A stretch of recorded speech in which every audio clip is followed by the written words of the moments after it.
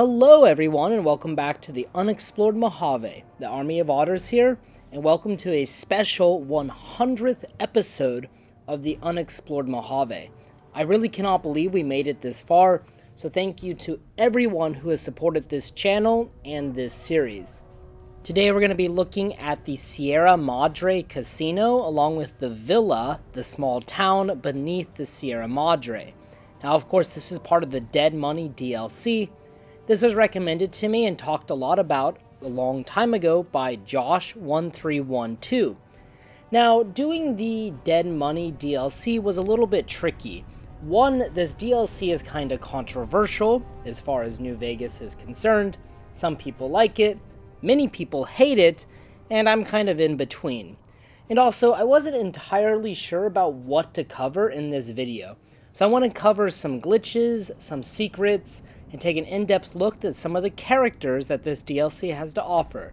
So, let's jump into Dead Money and the Sierra Madre Casino. So of course, as you try to start Dead Money, you get a warning message telling you that this DLC is hard. And I agree, this DLC is probably the hardest thing within Fallout New Vegas. Now, before going into the Sierra Madre, there is an average locked terminal which we can of course open, and this will grant us access to this room. And inside this room we can find all kinds of loot and other items that are somewhat related to Dead Money. And of course we can see some T-45 power armor down here signifying the connection to the Brotherhood of Steel. And there's also a blackboard with all kinds of science jargon on it, nothing of which I would ever understand. And then we just have a vending machine that is found within the Sierra Madre. But not a whole lot here. However, we can sleep in this bed, which I thought was kind of interesting. But anyways, moving on to the actual DLC, of course as we approach the room, the DLC will initiate.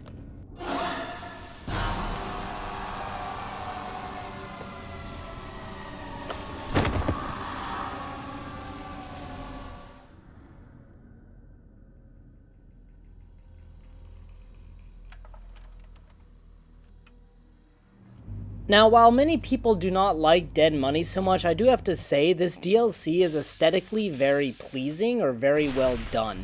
It has a very creepy atmosphere. All of the assets are original, so it feels like we are actually discovering a new place. It just has a really cool, authentic, and scary vibe that I really appreciate. New Vegas isn't really that scary in my opinion, unlike Fallout 3, which has a more degraded and horror type kind of feeling. But this DLC definitely feels scary, and you definitely feel on your seat. Now near the beginning we can find this sign, which advertises the Cosmic Knife, which is supposed to be a fantastic knife that can do all of your kitchen needs. And then inside we have a vendor who can sell us various loot. However, since we don't have any caps, they're all taken away from us, we have to do actual trading with him. Now, thankfully in this DLC, there's a lot of pre-war money that you can scavenge, which is actually worth a good amount of caps. So make sure to look through cash registers and water fountains, as you can find Sierra Madre caps. And of course, this DLC features the toxic cloud, which will slowly poison you to death. However, I don't think it's that bad because the damage is pretty small, and it's not like in your face. Usually you can circumvent it somehow. Now on the second floor of this general store, we can find some Sierra Madre chips, along with a hard locked metal box. But unfortunately I didn't open the box, I don't know what's in it. However, comparing to some other hard locked metal boxes, there will not be a whole lot inside, besides maybe some Sierra Madre chips or maybe some ammo. So as I said earlier, make sure to loot these water fountains because they will always have Sierra Madre chips inside, which can be very useful. Now if you get the snow globe located later in the villa area, it'll grant you 2,000 chips. Now moving on to Dean Domino, who is one of the companions that we have to recruit in order to complete the DLC. Dean Domino here has a very big name within Fallout New Vegas. If you watched my previous videos, you will notice that his poster is littered across the Mojave Wasteland. mainly in casinos, and he is a singer. And across New Vegas, we can see his posters in casinos and other locations advertising his performance. And of course, here he is a ghoul. So he's a former star turned into a ghoul. Sound familiar?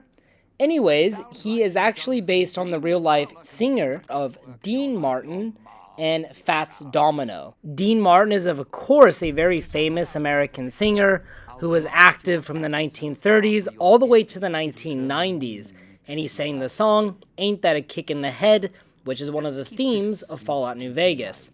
And Fats Domino was an American pianist and one of the pioneers of rock and roll music, and his posters closely resemble the posters of Dean Domino found within Fallout New Vegas. Now, Dean Domino became obsessed with the treasure within the Sierra Madre Casino, even going as far to cut out the vocal cords of Christine Royce and replacing her voice with that of Vera Keys, because he knew he would need Vera's voice in order to open the vault. So he was very obsessed with that treasure inside. Now, it's also worth mentioning that Frederick Sinclair, the man who designed the Sierra Madre Casino, makes an appearance within the Fallout TV show. And that Mr. Sinclair actually allowed Dean Domino to design the villa, or the city part of the Dead Money DLC. So a lot of this design was by Dean Domino, which is why he has all of those supplies hidden around the city, and why he knows the city so well. Now, an item that is really easy to miss, and just kind of a random item, is the acoustic guitar.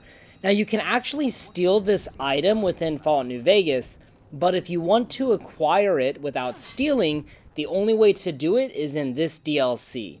Before you get to the police station, there will be a building with toxic gas on the top, and then here you can see a Patriot cookbook, along with the acoustic guitar.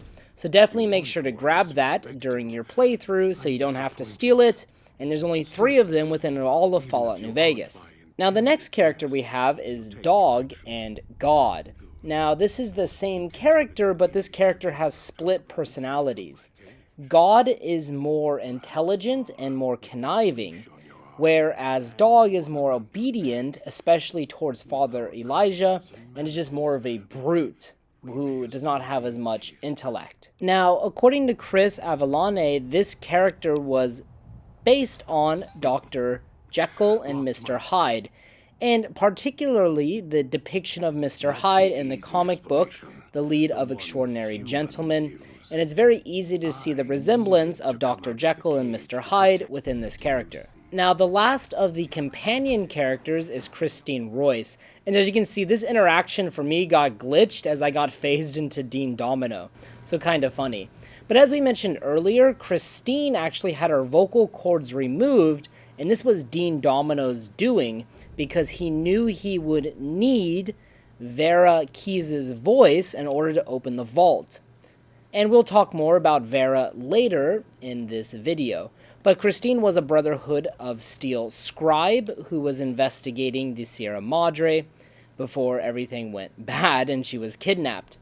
Now, there was some cut content. In one ending, it was going to be possible for Christine to corner and kill Father Elijah herself, but this was cut.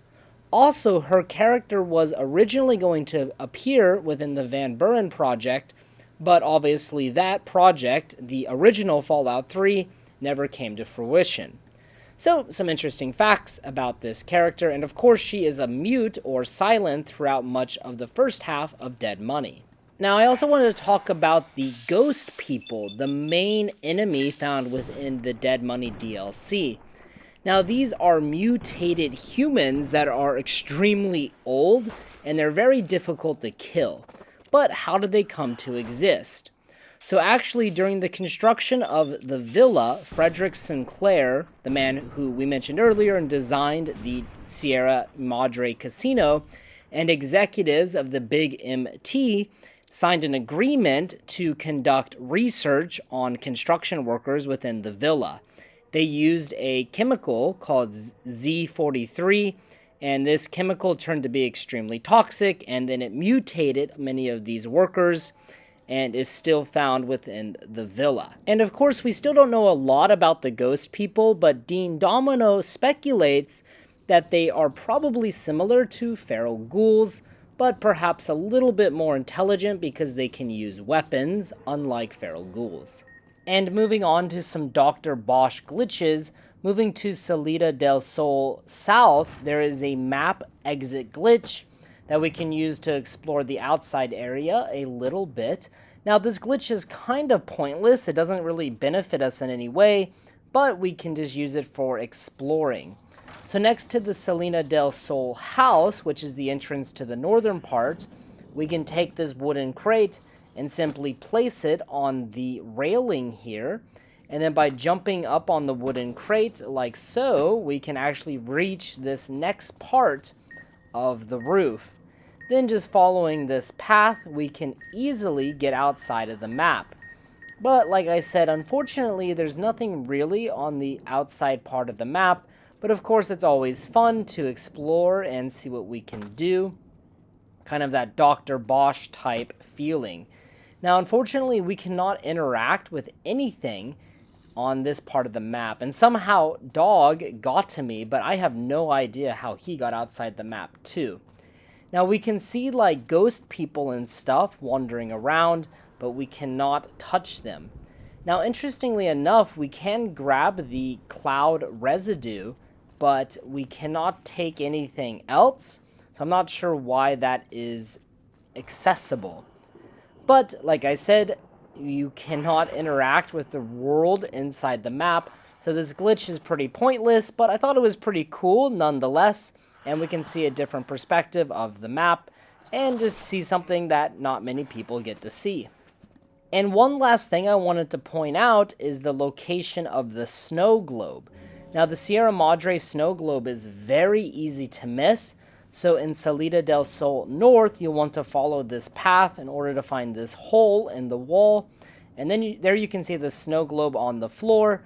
But normally it'll appear on top of this box. But anyways, you want to make sure you grab it, because not only do you get 2,000 Sierra Madre chips, which is very useful for your DLC playthrough, but it's cool to add to our collection, and once you leave Dead Money, there's no going back.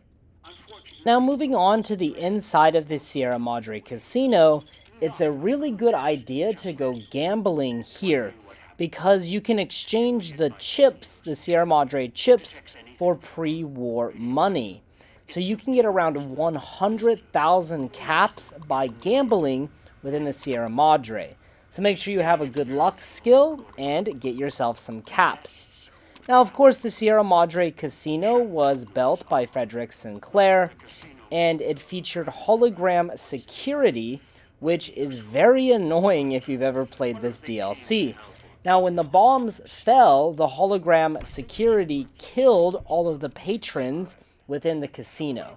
And outside of the casino, the people became the ghost people. So a very grim ending for anyone visiting the Sierra Madre at the time of the Great War. And upon rediscovering Christine, you will find that she is in Vera's room. And on Vera's body, we can take her dress, and that's really about it. But her dress can be worn by the courier, and if you're a male, it'll change to like a tuxedo type outfit, which is pretty cool. Now, Vera Keyes was a young starlet during the pre-war era who made a name for herself in Hollywood due to her beauty and acting ability. However, she appeared in several really bad romances, but drew large crowds because of her appearance. Now, Frederick Sinclair built the Sierra Madre for Vera Keyes, and he was very much obsessed with her. And he ended up pretty much holding her hostage or prisoner within the casino. And the vault within the Sierra Madre was designed to keep Vera Keyes locked inside of it. And the last thing I wanted to mention is during the ending sequence, there are 37 gold bars which are extremely valuable. However, most players do not take all of them because they weigh too much. But you can actually skip the Father Elijah fight and take the gold bars with you by sneaking past him. As you can see me, by hiding behind that generator, I was able to escape.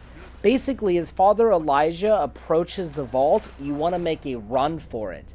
And even though you're way down by the gold, you will easily make it before he can shut down the door, locking you within the vault. And then you just simply use the elevator and you're free to leave the casino. Now, I do highly recommend having the long haul perk if you use this glitch. That way you can fast travel as soon as you get back to New Vegas and trade in your gold for caps or ammunition, if that's what you want, of course. In total, the gold is worth more than 300,000 caps, so of course it's within the player's benefit to try to take all of the gold and sneak around Father Elijah. Welcome. Alright guys, thank you so much for watching this video about the Dead Money DLC in the Sierra Madre Casino, and I hope you learned something interesting about this DLC. Now real quick, I wanted to give my quick opinion about this DLC, which is very controversial among Fallout fans. Now I do think this DLC has some annoying elements, specifically the hologram security. But I do want to say I actually think this DLC is not that bad. I think it's a lot of fun because it forces the player into a mode of survival. It feels like you're playing in a post-apocalyptic nuclear wasteland. Everything's out trying to kill you, and it's just you and whatever loot you can scavenge. When I play through this DLC, it actually reminds me of my playthrough through The Last of Us. Kind of a similar vibe in my opinion, as far as gameplay and the survival and trying to loot everything you can find. So I actually think this DLC is pretty good. I enjoy the lore and the story behind it. But what do you guys think of Dead Money? I'm always curious to know what all of you guys think. As always, thank you so much for watching. If you have any recommendations for the next episode of the Unexplored Mojave, please post them in the comments section below. And, as always, until next time.